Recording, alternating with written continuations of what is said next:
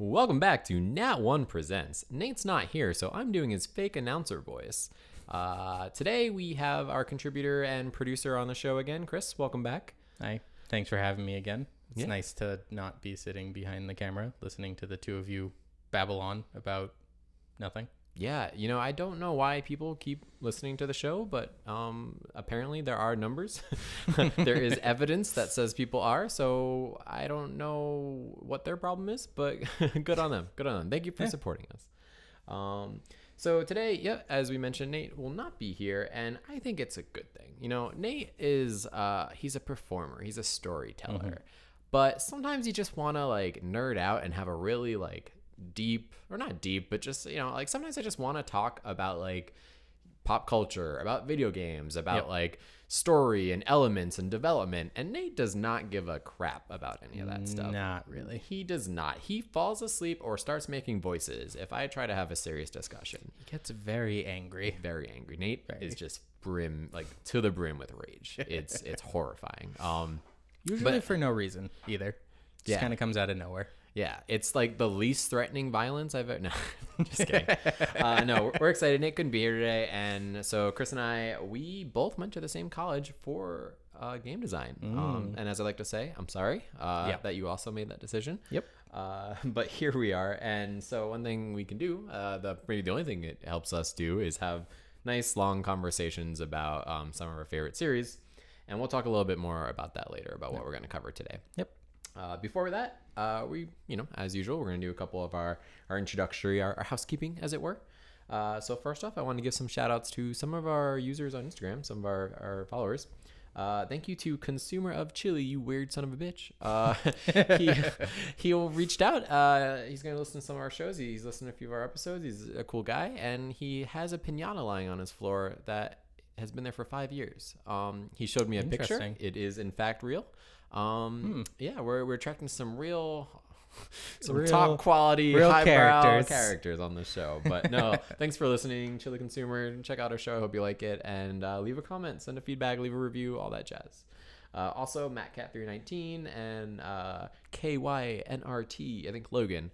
Thanks again. You guys sent us some DMs. And I think it's a good thing to mention. If you like our show, if you use social media, we're mostly on Instagram right now, but we're starting to create a following on Twitter as well. Yep. Our handles are Nat1 Presents. Easy as that. Just, give us a like, give us a follow, and send us a DM. I will gladly talk with you about chili, about piñatas on your floor. We are all about engagement and just getting to know the people who are listening to the show and hearing, what you liked or I guess what you didn't like, but hopefully you're less of that. All feedback is welcome. All feedback is welcome. Absolutely. That was for you. That wasn't for them. That was rhetorical. That was a suggestion. Okay, so Nate is busy yelling at neighbors or something. So today, we're going to use that valuable time to have a really serious discussion and just do a deep dive on 25 years of Pokemon. Mm-hmm. So this year is the 25th anniversary. Yep. Pretty exciting stuff. Been around almost as long as we have. Literally, yeah. So I'll go ahead and just age myself. I'm 30 years old, and it came out 25 years ago. So I was about 5 when this launched. Yep. I am just slightly younger, just under a year younger than you. So the series, I would really say Pokemon has defined a lot of my interests, and I've watched, I have played some of the games. I have watched some of the anime. I have watched some of the movies. It is I read this on Wikipedia. I just did a simple search. I don't know these facts off the top of my head, but crazy impressive fact, Chris. Pokemon has become the highest grossing media franchise of all time. Yeah, and that's really saying something, especially because that's media franchise, not just its highest grossing video game franchise. It's every kind of media, everything. I always strive to make sure I understand a metric or a statement like that, because it sounds impactful, but what does that really mean? And it means if you look at Hello Kitty, you look at Star Wars, you look at Mickey Mouse, and you look at all the toys created, all the the stickers, the clothing, the merchandise, Pokemon outperforms all of them individually. So that's a pretty big statement. And so today I figure let's deep dive, let's jump in. What is the magic of Pokemon? Why did we play it as kids? What got us into it? Why are we still playing it now? Should we be playing it now? Yeah. There's a lot to cover. I don't think we'll get through it in one episode. Probably not. Yeah, I'm excited to do a deep dive. So I'm going to start off with just a quick question for you. Do you remember what got you into, like, what was your first Pokemon? Was it the anime? Was it a game? How did you find out about it? Tell me a little bit more about what got you into Pokemon. I actually don't remember. I Right? think my earliest memory of it is playing Pokemon Red and getting so very, very confused when I got to the guy that like wouldn't let you pass because they wanted you to go the other direction. He's like, I want my coffee or something like that. You need to do something you have to bring something back to, It wasn't even that. It was you had to go like partway down where Victory Road was and encounter your rival and then come back and then he would get up. And I think like in the original Japanese version, he was drunk and passed out and for like the localization. Oh, yeah. I thought you meant the guy who like shows you how to catch Pokemon. No. No, you meant that other dude. Yeah. Okay. But I remember getting very stuck on that and asking my dad, how do I get him coffee? What do I have to do? I just want to play. That's like my earliest memory from like any Pokemon stuff. But I think that was like Pokemon was really the game that like defined like childhood gaming for me. Like I had a lot of other games that I played before that, but Pokemon was the one that like really got me into it for sure.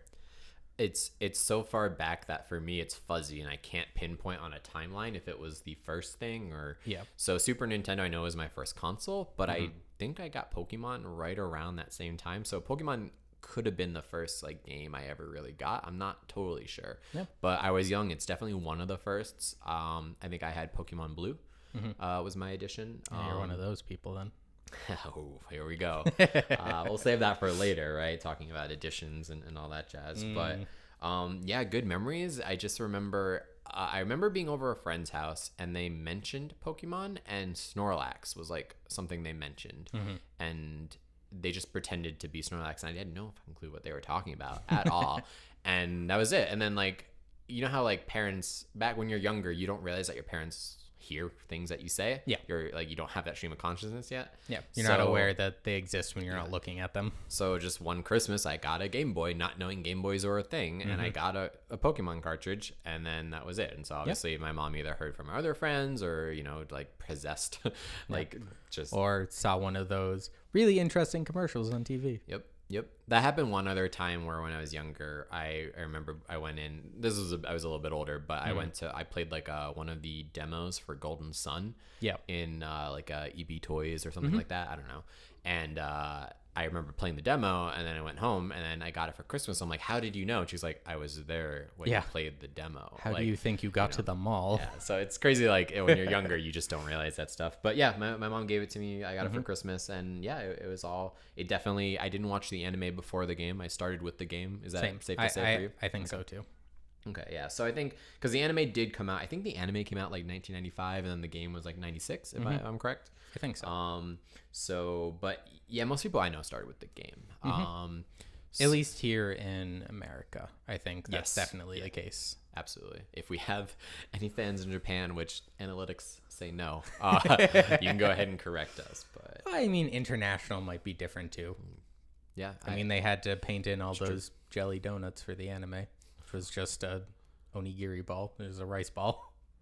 I don't know what you're talking about. Please explain it for our viewers and me. I remember there was just like a meme or something at some point of like Brock just holding up an onigiri, and I think it was like WB Kids or whatever channel that played Pokemon, where they just did all those like heavy changes for like localization. That's right. And he had that, and they just called it jelly donuts for some reason, because I guess they figured kids in America wouldn't know what a rice ball was. Like, fair, but they know that's not a jelly donut. That's fair. I'm not as familiar with the changes to the Pokemon anime for localization, but I do know some of the like Yu-Gi-Oh ones I'm more familiar with, and they're hilarious. They're always hilarious. Instead of guns pointing at people, it's just like very threatening. Exactly. Okay, so next, I'd say like icebreaker question, right? Do you, for starters, what was your first starter? And then do you fall into, right, it's always fire, water, grass. Do you always pick the same element? So both two questions. So first Pokemon that I ever picked, Charmander. Didn't know I was choosing the hard beginning of the game. It definitely made me not like the game starting out, because it's like, all right, first gym leader. Oh, the rocks. I can't do anything. Ember doesn't do anything to this. And I died a lot. And then Misty, water. Not a great start either. So Not going. I didn't pick great. I'm gonna peg you as the type. So a lot of people, right? Like they start and they just catch everything, and then there are the people who are like, I only want to catch something I really think is cool or impressive. I'm guessing you were the latter, in that you didn't just catch 6 Pokemon off the bat. I'm guessing you like had Charmander and like no other Pokemon. Was that probably accurate? I just had him murder everything. Yeah, because it's like, yes, my little fire lizard, just kill everything and get stronger. And then giant rock snake just beat me to death. It's absolutely what I tend to do. I am not the type to immediately get up to 6, even though that will like generally make your life easier if you start the game. Just catch a bunch of stuff real quick, and then refine. I usually just will stick with like 1 to 3 of like. As I get older and now that I'm better at the games, I still fall into that, but now it's actually doable. But as a small dumb child, I still did the same thing, so I wasn't very good. And it just destroyed me. So I think that's like a number one cool thing is for viewers who or listeners who weren't aware that like, I don't even know if it was intentional, but the game basically does have like an easy, normal, hard mode kind of like based on start. I think it just worked out that way where like Bulbasaur will have the most advantage on gyms of the total of 8, and then Squirtle has a little less, and then Charmander has the least. And in the beginning, the first 2 he's like weak against. So it's like really basically choosing hard mode. I even only like maybe 5 or 10 years ago did I really realize that was a thing. Like same. I just never really thought about it because I never really went back to the first game. Kind of just kept moving forward with the series and pick up any of the remakes until Heart Gold and Soul Silver. Yeah, same. I didn't play. A lot of people like Fire Red and stuff. I didn't play those for some reason. What about your first Pokemon before we get on to your second part of your question? Well, okay. Mine leads into both, but I do think my first Pokemon was a Squirtle. But ever since then, I am a grass. I almost always choose the grass starter. Yep. Almost always. I guess there are exceptions. You have a thing for grass types overall. Yep. It just seemed to have worked out that way. So, so easy as that. But I did choose Squirtle, I think, the first time. Yep. So do you always choose fire type, or do you now like diversify, or it's just kind of, is it based on how cool he looks, or is it? Yeah, it's entirely based off of a whim, more or less. Now it's just like, I like that one. Like, I think for the last game, I picked up Sobble, which is a water type. I did like Sobble better than I picked up Litten, which was another fire type. I grabbed Snivy, which is a grass type. Okay. I kind of go all over the place. I think I lean harder into fire and water more so than grass. Grass is my least picked one, but honestly, it's just which one do I think is interesting and will evolve into the thing that's the most interesting. Because I usually ditch starters once I get later on into the game. Do you look at what they turn into before you choose? That is the fun. That's another, like, people play one or two ways. They either like to go in blind or they like to look it up. Yep. I usually like to go in blind. If I don't like any of the 3 designs, then I'll default to like looking at what they evolve into. Yeah. I'm just much more for, I just want something that's interesting. I don't really care overall. Like, I want something that's going to be somewhat effective, and that's really it. Like, I can make it work no matter what it is, and if I really don't like it, there's going to be a bunch of other things to pick from, and every generation, there's always one Pokemon I'm just like, yep, this is the one that I like, and this is going to be my new main Pokemon. So, something I like about the original games is that over the years, I kept kind of uncovering like a little bit more that was always there, right? So, like, obviously, your first playthrough, did you know about Missing No and all that stuff? I did, all because of the internet was around. Didn't spend a lot of time on the internet, but, you know, being in elementary school, kids talk. Yeah. So you hear about the thing, and then you go and try and do the thing. Yep. Yeah, I caught the Missing No. I was able to clone the Master Ball and do all those things. I did rare candies. Yep, rare candies, of course. So that was kind of a no-brainer. I think I would say most people like knew about Missing No. Yep. But what I didn't know about for literally many years, Pokerus. Yep. So when did you find out about that component of the game? I think it was probably around the 3rd generation is when I found out about it. I was more on the internet at that point and like seeing like, what's that weird little thing on like the status screen, and then looking into it more.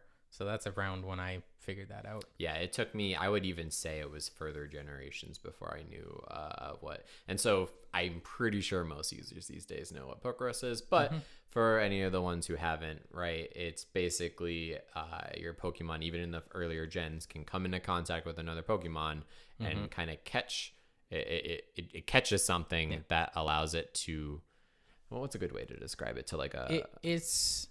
layman's terms. How layman's terms? Yeah.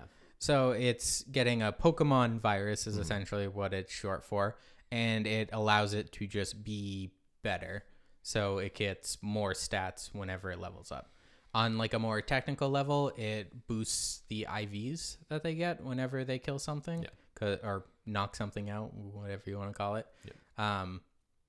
So every single Pokemon has a certain stat that it gives to your Pokemon. So when you really get into like more high level stuff, you're specifically leveling up against specific Pokemon to get certain IVs, and it just raises the cap for that. As I understood it too, it's not necessary that you're going to have a stronger Pokemon. It just helps with training of like, basically back in the day how it worked. And I think it's definitely changed since then. But basically like, all right, when you catch a Pokemon, it has like an empty like kind of set of like stats. You kill a Geodude, you're probably going to get a defense stat. And you get so many of those. So you, when the first... Well, just, I don't know what that number was. Maybe it was 255 or something. The first so many like Pokemon you kill, you're getting like a stat based on what enemy you kill. And so with Pokerus, you would get double or you would get many more times. So if you killed a Geodude, you would get like maybe 2 or 3. I don't remember the exact ratio.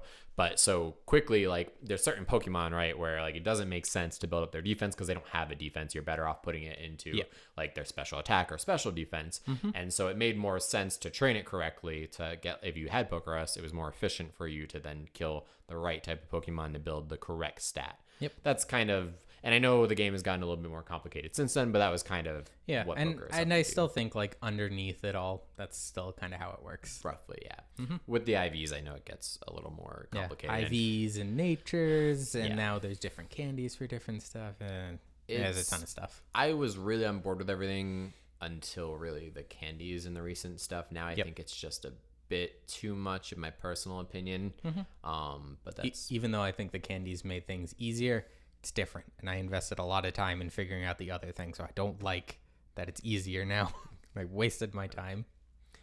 Let's talk about for a sec, like we'd be remiss, I think is the correct word, if we said we didn't talk about can you or can you not catch Mew in the original Pokemons?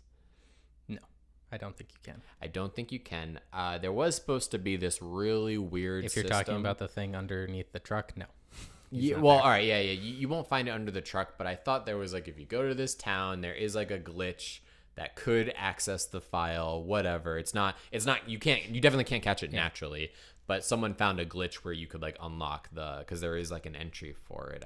I'm sure it existed somewhere, and it was probably like a promotion thing. Did you try to look under the truck or the boat or whatever? I did not. I did not care enough. I absolutely did. I got Mewtwo, and I was just like, yeah, that's good enough for me. I'm out of Master Ball, so I don't care. What made me more upset, and we can start to transition maybe to Gold and Silver, which my favorite Pokemon of all time is still Gold and Silver. I do like the remakes, Heart Gold and Soul Silver, but second gen is by far my favorite. I don't know about you. What are your thoughts on the second generation? I like it. It's actually my second favorite, not my most favorite. Okay. Celebi, I think, is similar to Mew in that you can't actually unlock him, but can't get it through normal means, but that was when they started doing events, and you can get it that way. It made me so mad though, because like they basically build it all the way up until you basically could without the event, and like the story is there for you to do it. Like there's the shrine in the forest, which is, the name I can't remember, to be frank. Don't remember at all. There's a shrine in that forest after the first or second gym, and then you can like later you get like a type of like ball that you could like you're supposed to be able to put in there and all that jazz. Like that one really got me mad, because it doesn't take a lot to come to the conclusion in Pokemon Red and Blue that like, no, there's no Mew and there's no way to get Mew, but like they almost kind of set you up. They talk about it. They talk about what's in that shrine, and so it was a little bummer that you couldn't get Celebi naturally. But that's just what being a US player was back in the day. Now we get all the events just like everybody else, and they're very accessible. But back in the day, it was hard to get Yeah. the cool event Pokemon. Nintendo figured out what the internet was, and so things started to come. Still working on it. They haven't quite gotten there, Definitely but not. it's at least you can do it. And now that we're adults, we can also go and do things ourselves. As a kid, it's just like, I want to do this thing, but it's on this one day in this one place, and I have to ask to get a ride and permission Right, to that's do just it. back. I don't know. In our day, that wasn't a thing. Like your parents just didn't like drive on this random day to this store. Like promotional marketing was like so much different back then, and like that they like wouldn't have, they didn't even think that was real. You know, so that didn't happen. They got you the game. They pay for the batteries that go in the system to make it work, and that's all you get. Yeah, this should last you forever now. Yep, you know, we're done with this. Exactly. I mean, I could gush on and on about Gold and Silver, and we don't intend listeners to go through every single generation. But for me, I love the game. I loved that you got to go back and do the other 8 gyms, right? And to this day, that stands out to me. That's one of my favorite things that Pokemon ever added was like integrating it into the world, which was great. And then when you beat both areas, then you get to go to that cool mountain area. That's actually not that cool, but like it's still interesting because it's like that was Pokemon didn't really have an end game at that point. It was just a loop, and then you were back at the beginning, and that was it. Yes, but this was like, here's a lot of like really strong high level stuff in a super cool fight. And you finish and fight. Yeah, you get to fight Red from the first gen. So it really, to me, they did it right really early on with that series, and it's always stood out to me. And I think it speaks to something that maybe all people want from the Pokemon series is like a collection of regions instead of like you go to that region and never again will you return there. Like, you know, like and like Pokemon has interesting characters. I would love for them to meet each other. We've seen some games like on the mobile phone where you battle like the different people, but it's not Pokemon Masters. Yeah, it wasn't collect all of the different people. It's cool. It wasn't my thing. Like I want just something kind of like Gold and Silver where I get it. Like why would they make a game? Why would you play any other Pokemon if you had a game that where you go to like 5 different regions? But like I would really love for something like that to tie it back together and to make like Pokemon built this giant universe. But when you only one and done see a region and leave it, it doesn't feel real. Where if they like connected it, you know, like that'd be huge. Yeah, you know? It would be great. I think that's what a lot of people that want like an MMO, like Pokemon game. I think that's kind of what they want is like a whole world with like all the different regions are there. Yeah. But who knows? I mean, it's kind of asking a lot. That might just be because we're, you know, old men at this point in terms of like Nintendo games. They're not really marketed at us anymore. They're not, you know. It's unfortunate because a lot of our generation are still playing the games and we can afford them, Nintendo. We can buy them ourselves. But you know what? Like it's really not. We're not the age group anymore, and that's whatever. I'm still gonna keep buying them, but I do. We're gonna get to a section towards the end of like where we would like to see Pokemon go to continue, but. Why don't we, so we can wrap up games eventually and maybe talk more about some of the other components because Pokemon is so much more than just a set of Nintendo games, or even just the RPG games because there's even more than that. But what else? What other generations stand out to you? You said Gold and Silver was second favorite. What is your first? So Ruby and Sapphire for me were the ones of like that was the game that I really got into Pokemon. You know, we skipped over this, but like the secondary versions of things. So it was Ruby, Sapphire, and Emerald. I know it was Gold, Silver, and Crystal. Right. And then in Japan, I think there was Green in Japan. Yeah, there wasn't. And then there we wasn't got Blue. Yeah. Oh, there wasn't Blue. Blue didn't exist. They had Red and Green, and then they also got Yellow. I think. Yes. Yellow was bomb to get all 3 starters. I remember that being a little bit of a game changer. You get that. You get Pikachu to follow you everywhere. Yeah, it was great. As a small child, especially because I had the little like Tamagotchi thing. Yes, it totally rode off of the Tamagotchi, but like in a much better way because Tamagotchi was lame as hell. I was super super happy to have that little thing and just shook the living hell out of it because I was, you know, I didn't want to walk around with it. Yeah. So, but anyway, Ruby and Sapphire, those ones are my favorites. Why? Well, part of it is. I think that was the first one that had like full like vibrant colors because I think that was the first one on the Game Boy Advance. Yes. So had full like vibrant colors, had like a bunch of different, I remember different modes for the bikes, and there were like different obstacles that you could do with stuff, and there was like some skill It really things. fleshed the game out. So the Gold and Silver kind of just was like, here's a good Yeah. formula. Let's just expand on it. Second mostly. gen also They added didn't add- berries. That was Yep. really kind of the biggest thing. Well, that they added to it. berries, they added day-night cycle. That's and true. They had, and evolutions based on conditions a little bit more. I mean, it added stuff, and but eggs, I think. that's true. It did add it. All right, so it did add quite a bit, Yeah, but just not a lot of Pokemon. but I felt like Gen 3 really, I mean, the hideouts, the like diving under the water, like Had some rudimentary multiplayer stuff. yeah. It had a that it ton. started double battles, right? I think. yes. I think so. Yeah, because that Yes. had Plusle and Minun in it. Yep. So yeah, and double battles is one of my favorite things, honestly. But yeah, it just added a lot of stuff. So there was enough there that I just really, really got into it, and that was the first game that I had both versions of. I don't think I ever got Emerald though, because I already had the other two. No, I had Crystal, but I don't tend to buy the third one. I'm just not that much of a super fan. Crystal was nice just because they also added in animations when Pokemon showed up, which was just like, oh, that's real cool. They're moving around. Oh yeah, yeah. And you know, the kids listen to our show, they'll never relate. But yeah, back in the day, it was like crazy 8-bit noises and also like And then no just movement. a picture stats. that slid in from the side, and that was it. I have a funny story about Ruby and Sapphire. So I had like stepbrothers at the time. I know this story. And we went on a vacation. So I guess this is more for listeners then. We went on a vacation and we went to the museum, and I think my stepbrother like crapped his pants or got sick or something. I don't know. Some kind of crazy. It was Some young. kind of I don't embarrassing remember. thing some that weird he'll thing. like be scarred forever for. Won't say a name, and I mean it was kids, right? Shit happens, literally. Mm-hmm. But anyway, something happened while we were out like doing a family thing, like at a museum or something, and so they like threw his pants away and bought him just new shorts. Well, he gets back and he's like, "Oh, like my game was in there." Yeah. Well, I'm like, okay, like, you know, whatever. I'm like, yeah, he lost his game. Like, that sucks. Bummer. Yeah. We get back to the hotel or the motel that we were staying at, and I put the cartridge in, and son of a bitch, he grabbed my cartridge. So they threw away my game. And there was a moment of panic in my head. Like, jerkhead, like young Nate was just kind of like, do I just delete his content and start over so I at least have the game? But like, no, I think because my file was gone too, it was kind of like, whatever. So I'm like, this is your game. So we gave it back. And then there was always like that. They weren't my stepbrothers forever. That, you know, my mom and her boyfriend didn't work out in the long term. But I remember like it was kind of a point of contention. You know how like parents will like for different children will like throw things back and forth. Yeah. It became a thing where I think like my mom had a fight one time, like, your son lost my son's game. And I think I remember the other guy being nice enough. He like went and bought me a replacement game. I think of like the same version. And so just being like a really like silly ordeal, and me being like super bummed out like on vacation and all that jazz.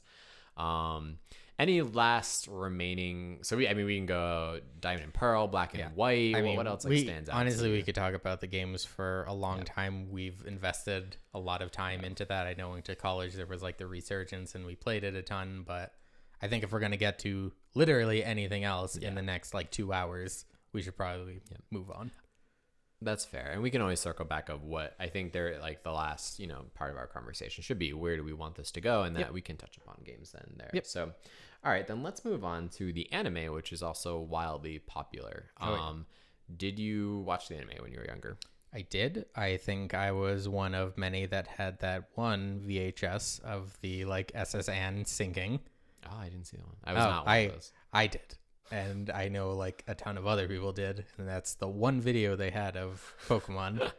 It's just weird, but I only caught sporadic episodes in the morning before school out of order, so I wasn't able to follow very because much. WB Kids was not super great for like actually watching them. They were just kind of all over the place. Yeah, I don't think it's a good anime, to be honest. I've never really enjoyed. I mean, mostly I think Ash is garbage. I've never been a fan. He's just a weird character. And then, a Pikachu is like an icon across the world. I've never like in the world of Pokemon where there are so many, right? In the world of Pokemon where there's so many choices. I've always just been like, Pikachu. Shock it harder. Don't use any of the other things that work better, but just more Pikachu, more use electricity. lightning bolt. Like, it's an Onyx. Yeah. It's a giant rock. Yeah, the fact that the Pokemon did things sometimes that didn't make sense, like they Yeah. had moves that like weren't totally legit, or like always turned off. Like, while I think it's a good thing that like, you know, you don't always achieve your dreams right away. The fact that it takes Ash many seasons to like win. Only recently has he actually won. And it's like, damn. Literally took over 2 decades for him Yeah. to like, what is it? Did he win the Elite Four or become the champion? Or I think he became the champion, I think. I don't know. I'm like out of the loop with it. I think it is good because your dreams don't happen overnight. So, right. So like the one season, like I'm champion. Now what? Like that would have been lame, especially for Ash. Let's be real. But I would say like it was at the same time kind of like, really, Ash? Like maybe because if you just use the same move with the same Pokemon. I also, people love Team Rocket. Like they're goofy. I never really liked, like they were just too likable. Like Jesse and James were not good villains for me because they were just so, except for that time Jesse takes out a gun and just starts like shooting. Like, like there's like a crazy meme where he just has like a fucking machine gun. Like, all right. Like interesting. Yeah. So I don't know. I don't think it was great, but it's persevered. There's been season after season. I mean, pretty much every time there's a new game, there follows eventually another season of the show. I recently, if you're following up, one of the hot topics was that one of Ash's friends, who I don't even recognize because he's new-ish, caught, how do you say it? Suicune? Yeah. He caught Suicune is like a thing. And it's like, you know, he's kind of like not a Pokemon I would expect to be caught. Yeah. It's also one of those things of like, yeah, you catch it in the game. It's just like, yeah, that's really cool. But in like the canonical world, there's one of those. And only one. Yes. And you just shoved it in a Pokeball. And it's like, ooh, that seems like it's bad. Yeah, exactly. There's just like, there's so many things. Even at a young age, I was just like, this isn't how I want to imagine Pokemon. Yeah. And it's so funny because I think it started from either the manga or the anime first. So like that is maybe the original source material there, but it's not how I wanted. The games was more accurately how I remember the show. Yeah. Same for me. The show, I don't know. It was always hard for me to get into, like going back to WB Kids again. It was like there were multiple different seasons of like there was Pokemon and there was like Pokemon Indigo League and like a bunch of things that were all like in the first generation. So it like jumped around a ton and then they started like going to different regions and then switching out like Brock and Misty weren't always in it, and then there was like Tracy, I think, was like the next guy that showed up. They like started changing a bunch of stuff, and I was just like, I couldn't follow it, especially early in the morning. It's totally fair. I mean, again, it's been around for 2 decades, so like, of course they're gonna swap characters and even animation styles. Except I hate Ash. how the new Ash like looks though. Oh yeah, they're like kind of more like pudgy, I guess is the thing. He's like very rounded. Yeah, now. there's something about his eyes that are different. And it's weird. Just not a fan. But you know, again, that like the games probably do get purchased by a lot of older people. I'm guessing the anime is most like.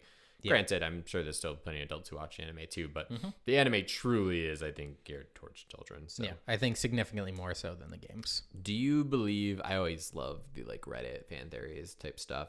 That Ash doesn't age because he came into contact with the Ho-Oh. That's like kind of one of the ones. Have you heard that one?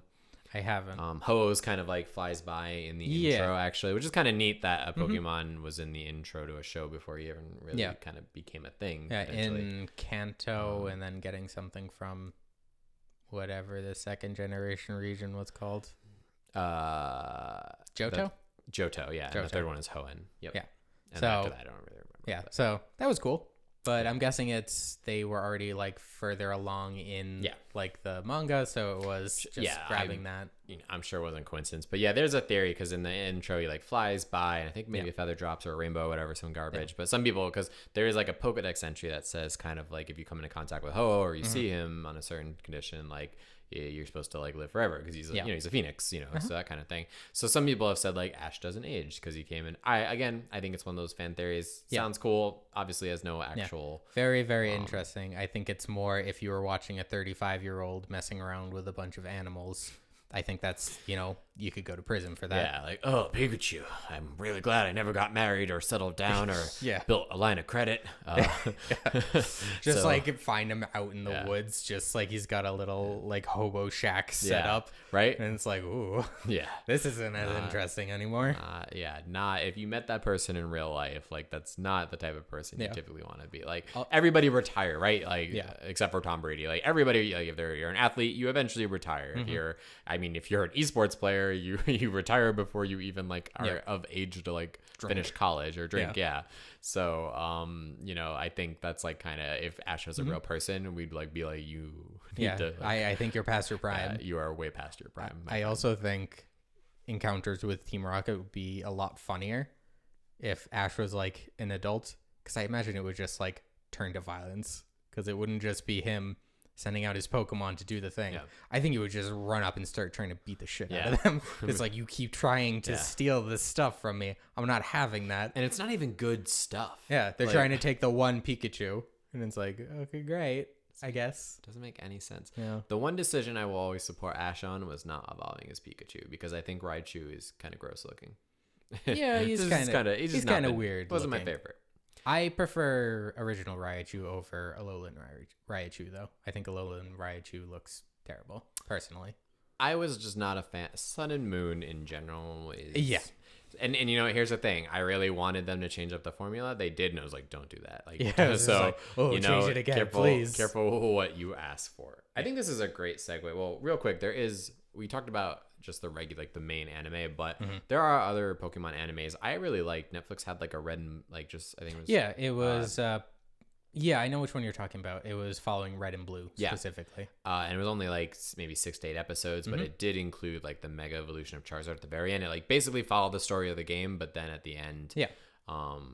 And I thought that one was great. I think Yeah, interesting. definitely if you haven't seen that, check it out, because that's, you know how like we had mentioned earlier, right? Like the anime as it is does not really represent like exactly how it goes in the games, and the game is the world I like to imagine Yeah. Pokemon in, and that anime did a really great job of like that's the Pokemon. Yeah, I for sure, imagine. because no one would ever name their kids Red and Blue. For sure. That's definitely a game thing. No. Even though celebrities name their kids Apple and all kinds of obnoxious things all I the mean, time. these are but- people that live in like a shitty little town in Sure, the middle of sure, nowhere. All right, so let's take a break for a sec. There is, I did want to also talk about movies and other like elements of Pokemon and other games as well too. But let's talk about things we like and don't like. Very simple. Let's just start with some Pokemon. Like what's some of your favorite Pokemon, and then I'll share my favorite, and then we'll move on to maybe some of our least favorite entries. I don't know. It's tough. I like a lot of different Pokemon overall. Like I said, playing the games, that's mostly how I consume Pokemon stuff. There's always one in a generation that I'm like, I really like that. I think overall, I kind of bounce back and forth between Weavile and Baynet being my favorite Pokemon overall. I know for... Actually, I don't really like any of the starters. I was going to say, for starters, I like this one, but it's... My favorite Pokemon are not starters. I have Yeah. starters I like more than others. Yeah. But I would say like Mudkip to Swampert is like my favorite starter. but they're- Greninja probably I think Yeah. is one of my favorites. But overall, starters are usually pretty low down. But yeah, I think Weavile and Baynet probably my top. Okay. For me, I mean, we know our favorites. I could have guessed those, and you know my favorite. I mean, I have a giant knitted one in my office. Yes, you do. But my favorite all time is Whimsicott. Falls in the grass for some archetype, reason. right? Yeah, I don't know. It falls into the grass archetype, which I just generally like kind of grass. I do tend to like cute Pokemon who are also like kind of good at battle. That tends to be kind of like things I tend to like for. Either they look really badass and cool, or they look super cute and are good, but also like can be actually used in a fight.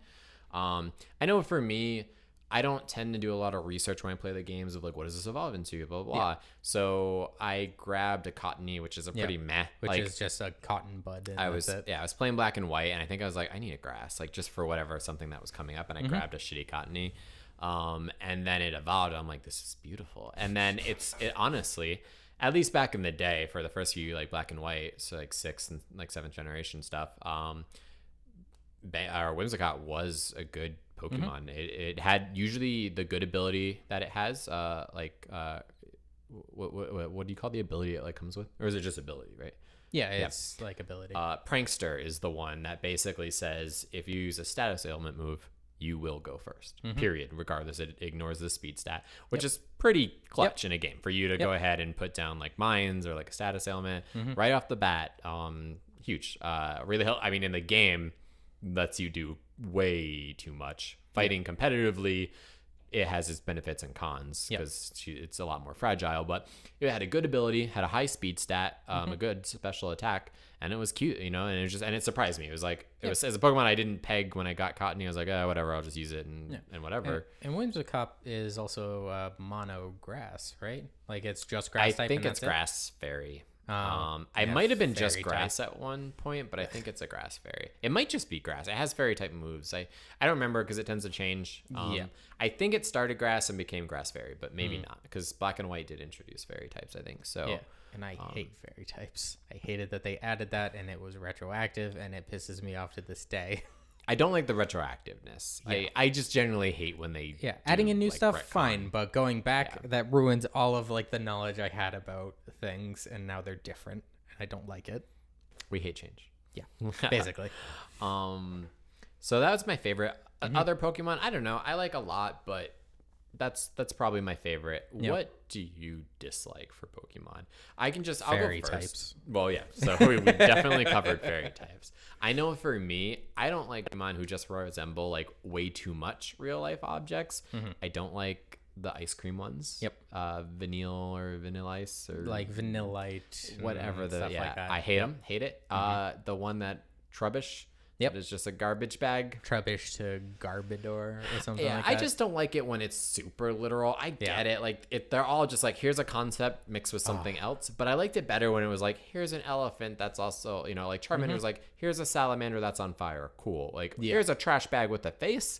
Less cool, like not my favorite. Or here's ice cream, like something you eat. Yeah. Makes me a little like more weird. What was the one that you like got so angry about in Black and White? There's been a lot. It was specifically the one that like the entire like disaster of the game was based around. It was like a little thing like holding onto a flower or something like that.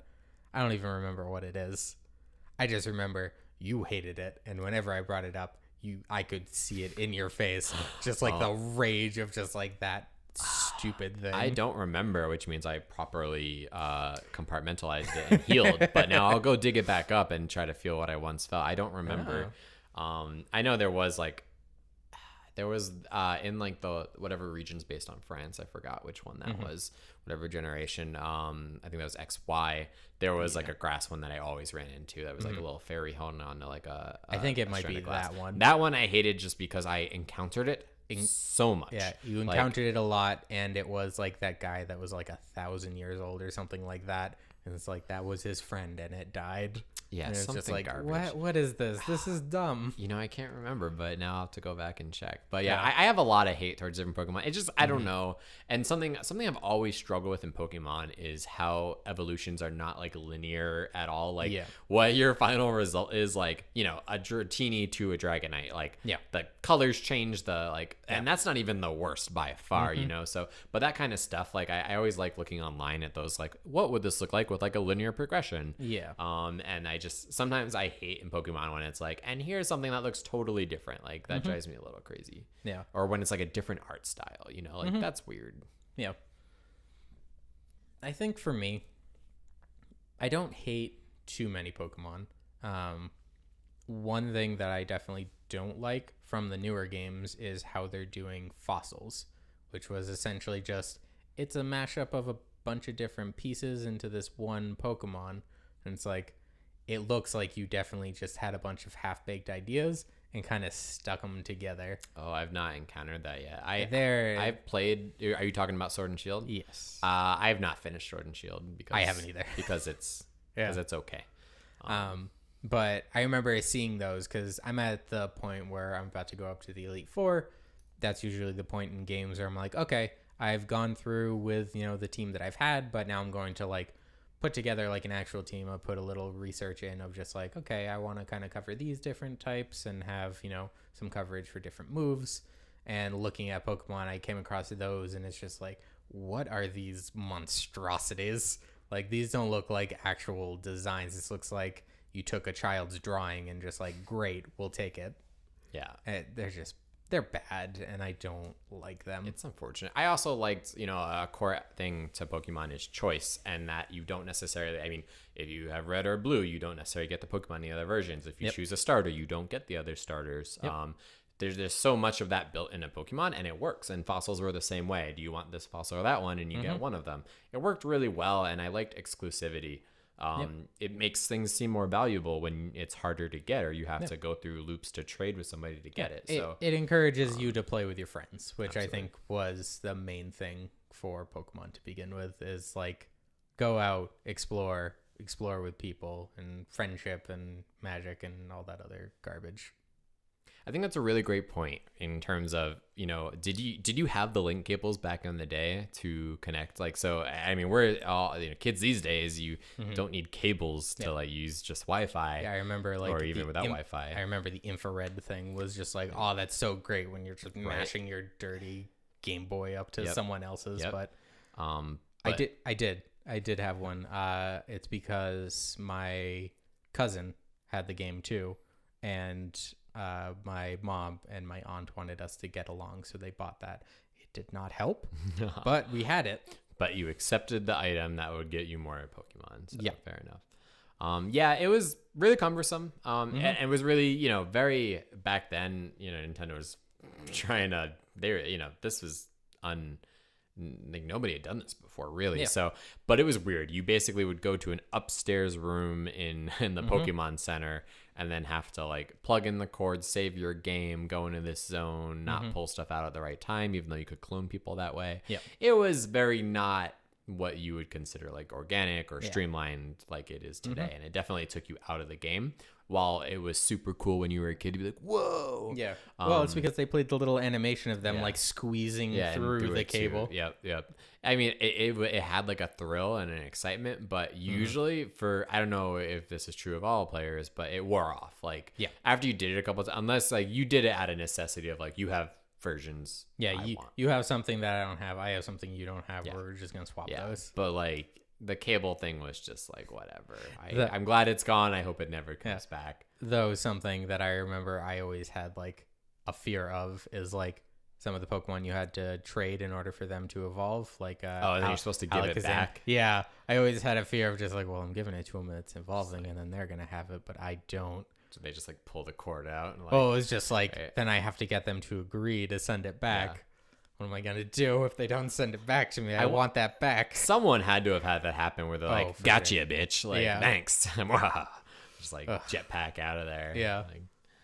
Like, okay. Yeah. So, what other elements of trading really, I mean, I can think of like Pokemon Go, where it's a big factor. And I guess we could just talk a little bit more about Pokemon Go. I think that was a really big, there's been some game changers lately. For a very long time, Pokemon, I think, was resting on its laurels, and the Game Boy, or the mobile games, or not mobile, the like portable console games, is where where it's at for the game series anyway. But I think Pokemon Let's Go did a good job at like accessing like a younger generation, like who hadn't played Red and Blue before, and like in a modern way that they were expecting.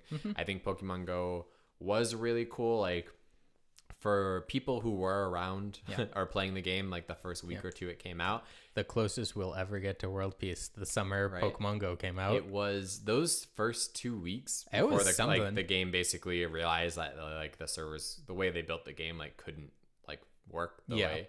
But like it was amazing to go to a park and see like the only time I've ever been comfortable talking to someone in the dark in a park we weren't supposed to be in the middle of the night. True. Yeah. A lot of bad decisions were made. I mean, literally people would trespass, and people found like dead bodies playing Pokemon Go, stuff like that. If you're ever wondering why all of those like warning signs are there when you open Pokemon Go, that's why. Because there were a lot of issues. Absolutely. But I mean, when that game came out, it made me hopeful. Like, very rarely, everybody's always telling us like VR is the future, this is the future, and whatever, you try the new changes, the new consoles, the new technology, and it's cool. But that was a social change where I'm like, people are outside parks are filled to the brim in ways I've never seen before, even remotely close. Yeah. And I was like, this could be the future. Yeah. Unfortunately, it only lasted a few weeks. Yeah, and then Niantic kind of, killed themselves with it.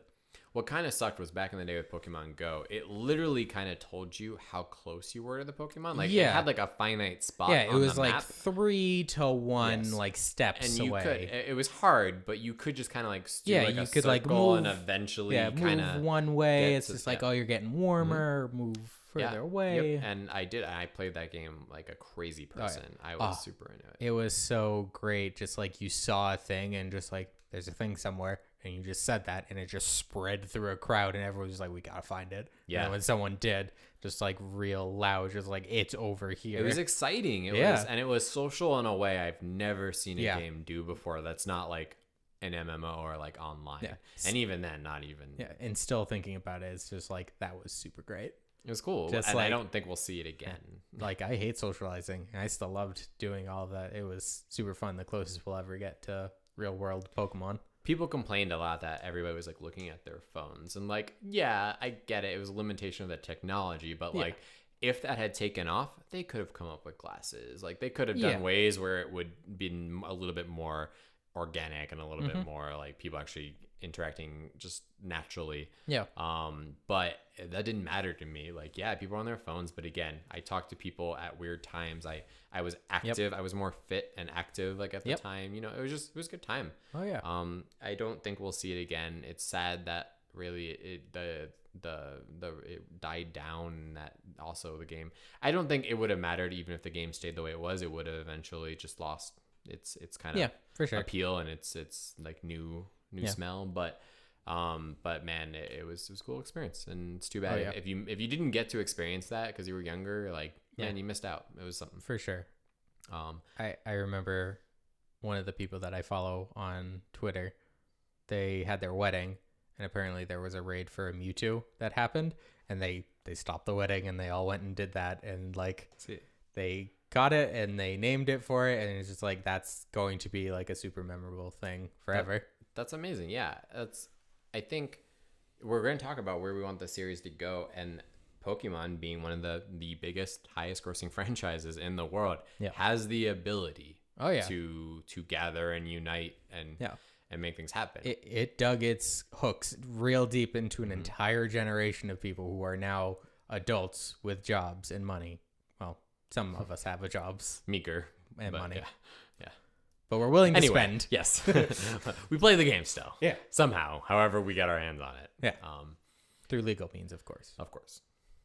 Yeah, I think Pokemon has that power, and so if it can ever latch on to maybe a cool new technology, a cool new gimmick, it can be a game changer. That's what we saw. Yeah.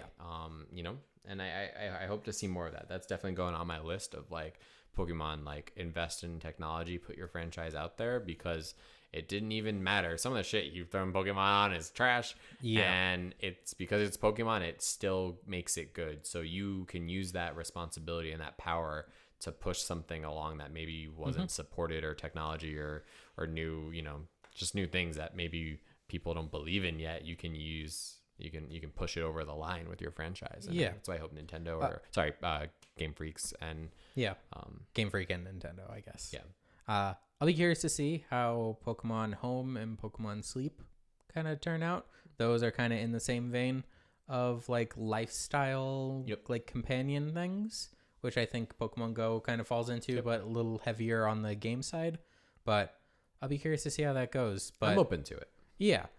I mostly Does it sound particularly exciting? No. But no, not neither did really. When I first downloaded Go, I'm like, oh, this is it. It'll be like, interesting, but we'll see.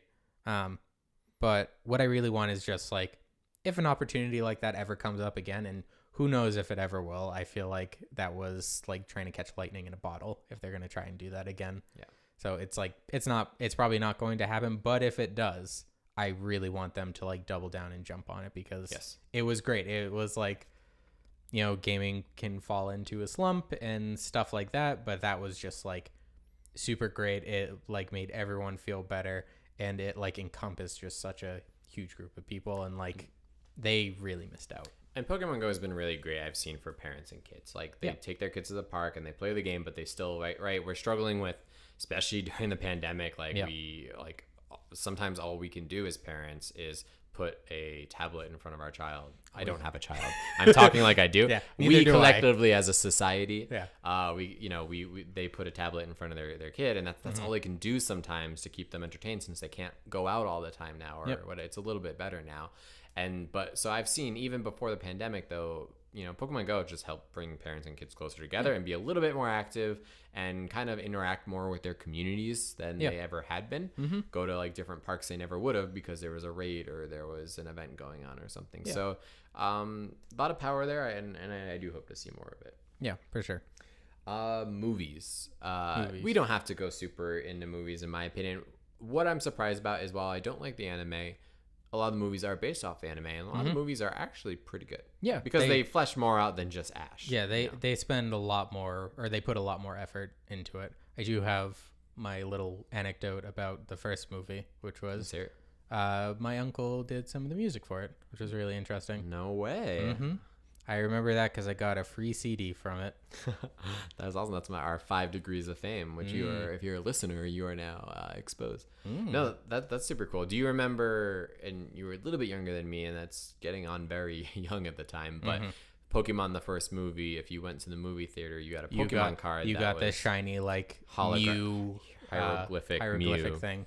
Yep. Yeah. I remember that. I remember getting the giant, I think it was from Burger King, the giant Pokeballs with the like gold like things that were in it. That was lit. Yeah. Those were cool. And I think I also had I think they were like tops or something like that of like a bunch of the different Pokemon. I remember I had a poster for it at one point, but man, and full circle, McDonald's just did that. They just had Happy Meal toys with Pokemon cards that people are scalping and going crazy about. Like, it's the same shit, different time. But all right, we're gonna do a rapid fire. I'm gonna just shout out some like game names, some movie names, like, and you can tell me yes, no, whatever. Okay. Keep it, ditch it, liked it, loved it, whatever you want. Okay. Pokemon Snap. Loved it. Excited for the new one. Cool. Thoughts in general on all of these Pokemon remakes. It seems pretty almost certain that Diamond and Pearl will be the next remake for the Switch this year, and because they've already made the first 3 gens. Yep. I'm okay with it. I think it's interesting. I think it exposes people to the generations again, and hopefully like bring some people back and they can enjoy it. I hope this isn't the future. It's just they're gonna start rehashing old stuff again, but adding in some new stuff. I want them to keep moving forward, but overall, don't hate it. I like it enough. Fresh off the rumor mill, as in I think I read this today. Supposedly they might also announce, could be true, could not be, just like they did Pokemon Let's Go, they're going to do a Gen 2, I think they called it Pokemon Let's Catch or something. What would your thoughts be on that? Just burn it. I hate it. Burn it to the ground. I was not a fan of Let's Go. I think it was kind of boring. Battling is kind of like a core part of the game, and then when you take that out or like boil it down to just trainer battles and that's it, it just takes such a huge chunk out of the game for me. It was different. I think it was good if there were people who didn't want to play the kind of RPGs as we know them. It was maybe a different entrance, and I don't know, I didn't hate it, I didn't love it, it was just okay. But I love Gold and Silver so much, I would probably just to have another interaction with Gold and Silver. What I would prefer is that they actually put Gold and Silver on the Switch. Yeah. Soul, like Heart Gold and Soul Silver specifically. Yeah, for sure. That would be my thing. The second Pokemon movie, Pokemon 2000. I don't remember which one that was. Lugia? Legendary Birds. That one was really good, actually. I remember enjoying that one a lot. I didn't enjoy it as much as the first one, but I definitely did enjoy it. Have you seen, they basically just redid I have not. The first movie. Haven't watched it. I saw the art style and I was like, I don't think I would enjoy that. I don't want to see it. But I love the first movie, so I want to try it. And I heard they changed the art style, but then it's the same. Very interesting concept. Yeah. Which brings me to Detective Pikachu. Haven't seen it. I'll jump in on that one then. Good family movie. Obviously Ryan Reynolds, good humor. It was funny. Mr. Mime's really creepy is probably the only concern. Yeah, I mean, he always kind of looked a bit like a pedophile. Yeah. What can you do? What can you do? Okay. What else? What am I missing? I mean, the Pokemon franchise. Yeah, I mean, like, any what am I... mobile games or what? There's nothing that's like really super important that I think you've missed. Like you said, it's a huge franchise. They're all over the place. So it's, how about this one?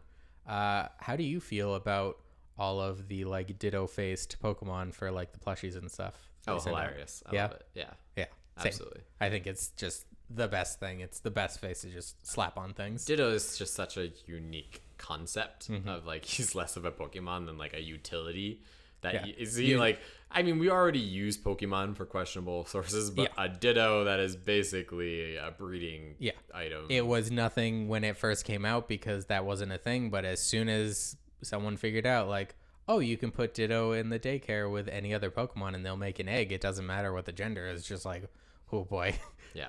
All Dittos just like they felt that. Yeah. There's a disturbance in the forest, and they're just like, guess I'll just be a pimp now. Like, you know, like, yeah. Just, ooh. So where do we want the series to go? I mean, we talked a little bit about like the power Pokemon Go had and how Pokemon can use its franchise to propel new and emerging technologies. Yep. But where else? Just in general, if you're like, I would like this type of Pokemon, or I know like, for me, just a real quick one, I would like to just shake up the 8 badge system. Yep. But not with whatever they did. Sun and Moon did not work for me. So I think it's just like, you know, could it be 12 badges? Could it, you know, what they didn't even Gold and Silver where there was like 2 different leagues, you know? Yeah. Just shake that formula up a little bit would really be something I would like to see. What about you? Yeah. Kind of the same. I would like the very formulaic thing that Nintendo does to like change a little bit. Like, you know, Mario's got his, if it's a boss, 3 hits, and that's enough. Like, that has been consistent. I would like them to change up the same thing. I don't know. I like when they, like, embrace new mechanics, and if they're well-received, keep them. Like, double battles were well-received, and they, like, kept that, at least for a little bit. And it's like, that was great. I'm glad that they did that. I want them to keep doing that. And like resurrect some like older things that were like, that was really cool to have, and just keep those in the games. I'm going to bring up like the National Dex thing. I don't care like particularly, but I think actively excluding it is like not great. Like I wasn't one to like ever go through and move all of my Pokemon into a new game, but I also don't like that I don't have the option to do that. Well, it's more of like, if I wanted to, I could. But now that they're saying like, no, we're not going to do that, it feels weird. Yeah, for sure. Well, and just making sure our listeners understand, I'm sure any kind of avid Pokemon fan does, but we do have people who aren't, you know, totally into the series. So basically, the National Dex was basically every single Pokemon that ever came out got a number, and that still usually, while not every Pokemon was in every game, it's still in every base game. They could still exist in the game. Yes, exactly. And that's kind of, you know, using trading systems or using, you know, Pokebank, or even things like the Game Sharks or whatever the equivalents are today. So, and now with the recent additions, they're basically kind of like, no, this entry doesn't exist within this game. Yeah. And that's kind of unfortunate. And it's like disheartening. For a game whose motto is gotta catch them all, it feels like a little bit of change. For me, I'm a little bit more indifferent. Like, I understand that 25 years of change is a lot, and, you know, you can only game balance a game so much, you know, like, did they reach the point beyond capacity? I'm not sure we really reached it yet, but like, what does it take? Is it 2,000? Is it 1,500 Pokemon where it's like, okay, that's too much?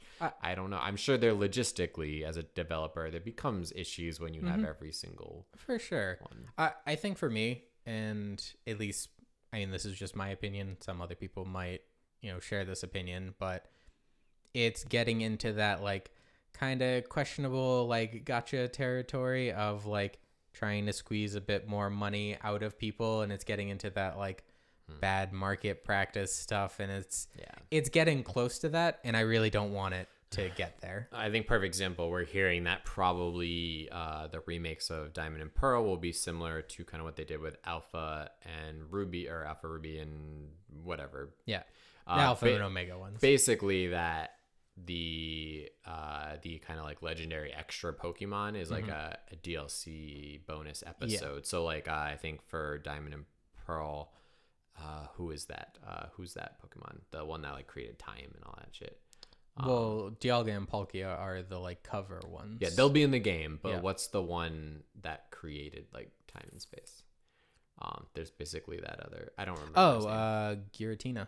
Giratina is the like he was on Platinum.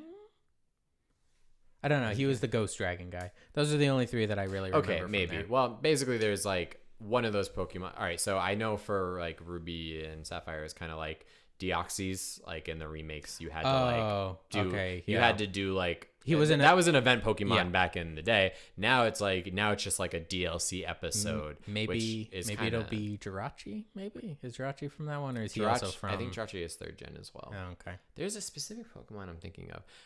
It cracks me up because there's this one meme that I really like that is always, I'm sure you've seen it too, where it's like, who wants to be a millionaire? And it's like, name the first Pokemon. And so it's Bulbasaur, who is technically number one in the Pokedex. Then it's Mew, who is DNA all Pokemon. The first one. Yeah. Then there is whatever that Pokemon whose name I can't remember. Arceus. Arceus. I think it's a soft S or C. But yes, Arceus, who created time and space, or basically created like existence. And then Rhydon, which was the first one that they made as a Pokemon as a concept. Oh, okay. Yeah. So exactly. And that's like, what would you answer for that question? If you had to pick an answer, which one would it have been? You can't pick any of them. Yeah, I would have choked. Right. I would have choked the person because that's obviously a trick question. But I would have picked a tricky one. I would have picked Danky Kang. Danky Kang.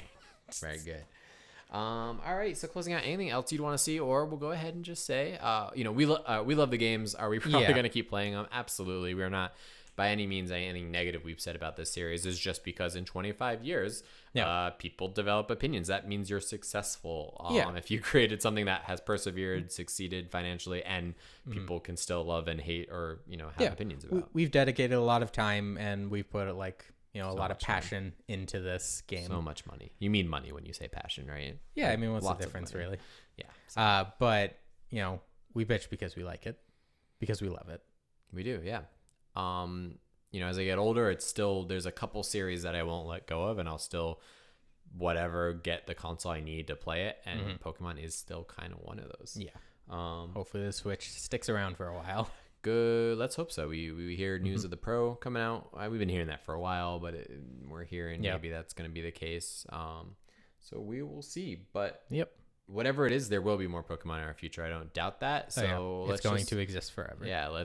Here's to hoping that Pikachu haunts our dreams and our children's dreams and our grandchildren's dreams. Pikachu themed funeral. That's the goal. Had to have happened. Yeah. Had to have. 100%. As soon as this episode is done, we're going to research that for sure.